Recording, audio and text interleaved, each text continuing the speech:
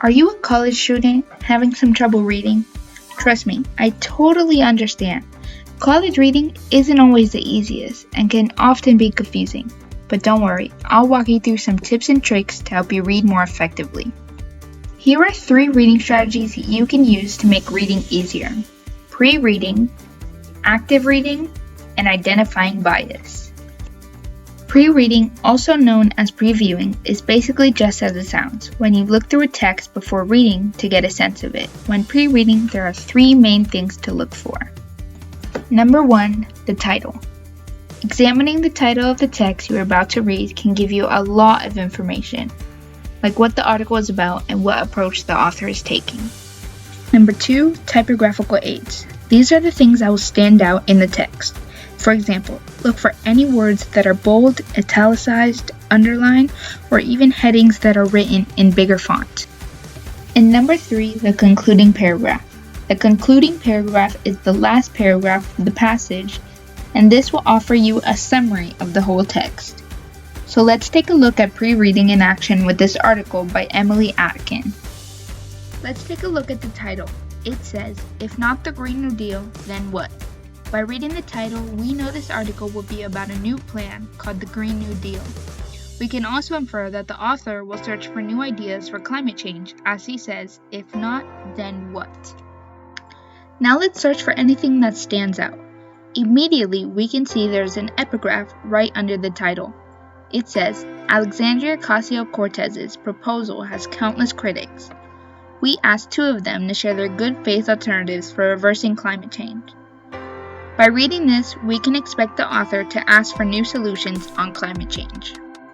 Some more typographical aids Atkin uses are these images of tweets throughout the article. These are most likely supporting details for what the author states in the paragraph above, which we can use to get a better understanding of the main points she will hit.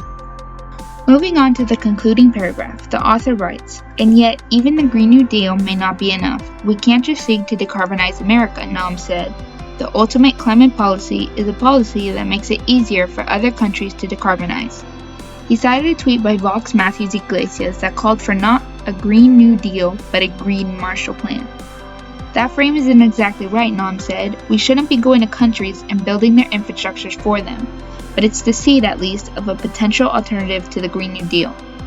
As you can see in the last sentence, the author says, "but it's the seed, at least," meaning even if it's not the best idea, at least it's an alternative solution.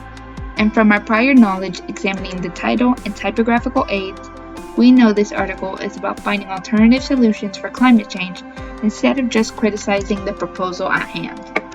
Now that we've gone over pre-reading, let's talk about active reading. Active reading is engaging with the text, and no, I don't just mean highlighting and underlining everything. I mean adding to the text to put stuff in your own words to make it easier for you to understand. One way you could do this is by annotating. When I'm annotating, I like to think I'm having a conversation with the author. This way, I'm contributing my own thoughts. Let's go back to the article by Emily Atkin. As you could see in the first paragraph, I didn't know what the word detractors meant. I circled it, looked it up, and made a note of it. I figured out it meant a critic. This helped me understand that the author was trying to say, the more popular the deal gets, the more critics it has. Like I mentioned before, it helps to act like you are having a conversation with the author. That includes whether you agree or disagree with them. So for example, this paragraph, Atkin wrote, "The Green New Deal is a bad idea," Eddie Scarry wrote recently for the Washington Examiner, "but it's an idea nonetheless." I made a note that I agreed. Of course, that's just my opinion. But the point is to annotate as if you were discussing this with a friend. What would you say back to them? Last but not least, we have identifying bias.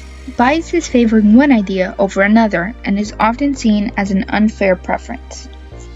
Everybody has different beliefs and morals, so we are bound to be biased on one topic or another. But sometimes, when authors are biased, they leave out important information to persuade the readers to agree or side with them. That is why it is important to identify bias. To do this, you can think of the topic in a pro and con way. Does the author seem to lean or favor one side more than the other? Think about the opposite side of the argument to test if the author has potentially distorted the stance. For example, going back one more time to Atkins' article, she states, Ocasio-Cortez and Markey's resolution calls for universal health care, a federal job guarantee program, and affordable housing for all. It also says the public should have an appropriate ownership stake in the achievements of the Green New Deal. We can infer that the author is for the Green New Deal because the article is about global warming, and this paragraph has nothing to do with the environment. The author may have included this to attempt to entice the readers to gain their interest in the proposal. Now that you know more about these 3 strategies, I hope you put them to use on your next reading and not have to struggle through it. Remember to preview, active read, and identify bias. Good luck, you got this.